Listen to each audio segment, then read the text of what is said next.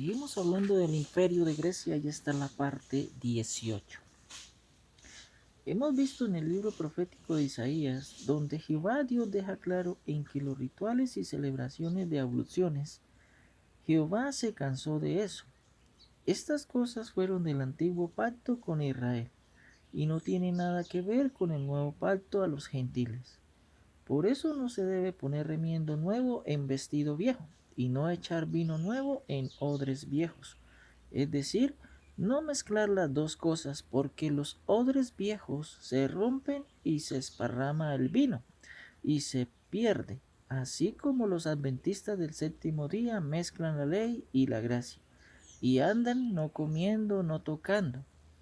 Y en la carta a los Colosenses, en el capítulo 2, versículo 16, el apóstol Pablo dijo: Por tanto nadie os juzgue en comida o en bebida, o en cuanto a días de fiesta, luna nueva o días de reposo. Aquí es claro Pablo, y veamos el versículo 20. Pues si habéis muerto con Cristo en cuanto a los rudimentos del mundo, ¿por qué, como si vivieseis en el mundo, os sometéis a preceptos? Versículo 21. Tales como no manejes, ni gustes, ni aun toques. Versículo 22. En conformidad a mandamientos y doctrinas de hombres, cosas que todas se destruyen con el uso.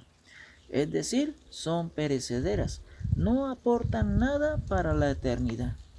En el Evangelio de Mateo capítulo 15, versículos 17 al 20, hay una expresión de Jesús cuando lo critican por comer con las manos sin lavar.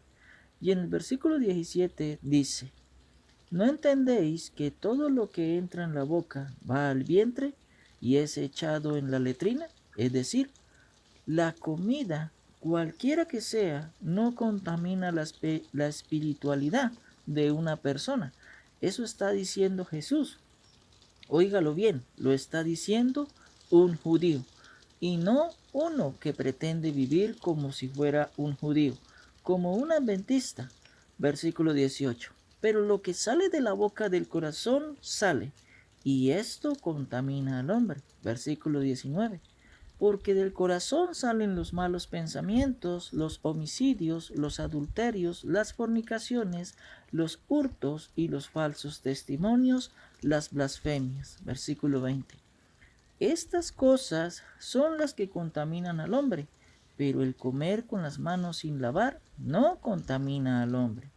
Ahora viene la pregunta: ¿qué tiene que ver esto con Lázaro y el rico?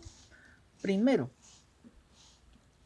Lázaro y el rico es una parábola del reino, de modo en su contenido es en relación al reino.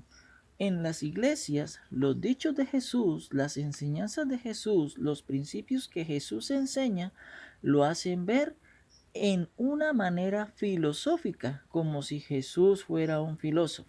Es decir, no lo aplican al reino, sino a la cotidianidad de la vida, como si Jesús fuera un filósofo. Lo enseñan y lo aplican en la vida como una filosofía, mas no aplican las bases del reino. Así vemos en que Lázaro y el rico es una parábola que tiene que ver con el reino. Su contenido me muestra las cosas en cuanto a la recuperación del reino. No es una guerra contra los ricos o que ser rico es pecado, no. Y si ser pobre entonces sería una virtud en que ya tiene la gloria, y no es así. No es el punto, y tampoco es que muchos piensan en que Dios les va a atormentar en fuego en el seno de Abraham. No. Segundo, en esta parábola de Lázaro y el rico, Jesús nos hace ver las diferencias en los dos pueblos, en los dos pactos de la ley y de la gracia. Hay varias parábolas de Jesús que hacen diferencia entre los judíos y los gentiles. Están las parábolas como el hijo pródigo, como el buen samaritano. Pero esta parábola de Lázaro y el rico, sí Jesucristo profundiza la posición de los dos pueblos. Lo siento en el alma, infiernistas, pero Lázaro y el rico es una parábola del reino, donde muestra del cómo Dios desecha el primer pueblo y hace acepto al segundo. En este caso, los gentiles. del cómo Dios desecha el primer pacto y pone en vigencia el segundo y nuevo pacto. Lázaro y el rico es una parábola donde muestra del cómo Dios desecha al primero y hace acepto al segundo pueblo, el que no tenía la aprobación de Dios. Lo terminó aceptando, cómo Dios desecha o quita al primer pacto y cómo Dios quita la ley e instituye la gracia.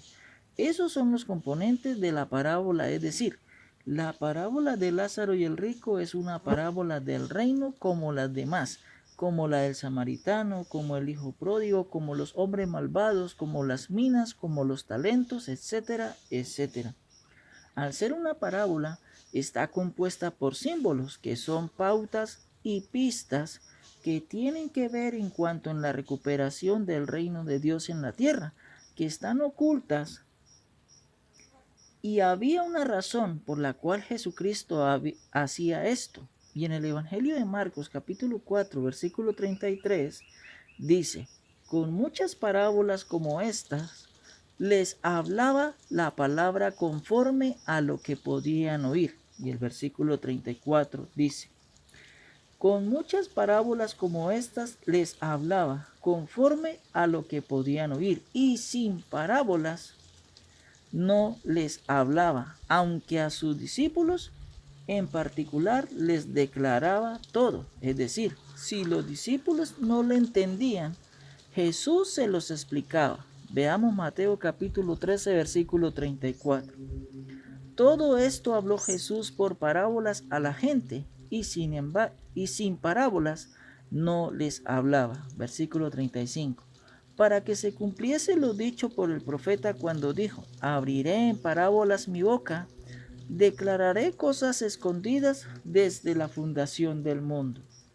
Y en el Evangelio de Marcos capítulo 4 versículo 11 dice, y les dijo, a vosotros os es dado saber el misterio del reino de Dios, mas a los que están fuera, por parábolas, todas las cosas. Versículo 12. Para que viendo, vean, y no perciban, y oyendo, oigan, y no entiendan, para que no se conviertan y les sean perdonados los pecados. Ahora, ¿se pueden aplicar las parábolas del reino para representar otras cosas? Sí, mientras no se aplique en contra del significado original del reino. Por ejemplo, la parábola del hijo pródigo, algunos pastores la usan para guiar y exhortar a los hijos con sus padres. Aunque se aplica fuera del significado original, no atenta ni daña la ilustración. Pero en cambio, en cuanto en la parábola de Lázaro y el rico, sí atenta contra el valor real de la ilustración, con una doctrina antibíblica y antirreino, la cual es el infierno. Veamos el contenido de la parábola de Lázaro y el rico, con relación al reino. Primero, por ser una parábola narrada por Jesús y escrita en el Evangelio de Lucas, con símbolos y claves.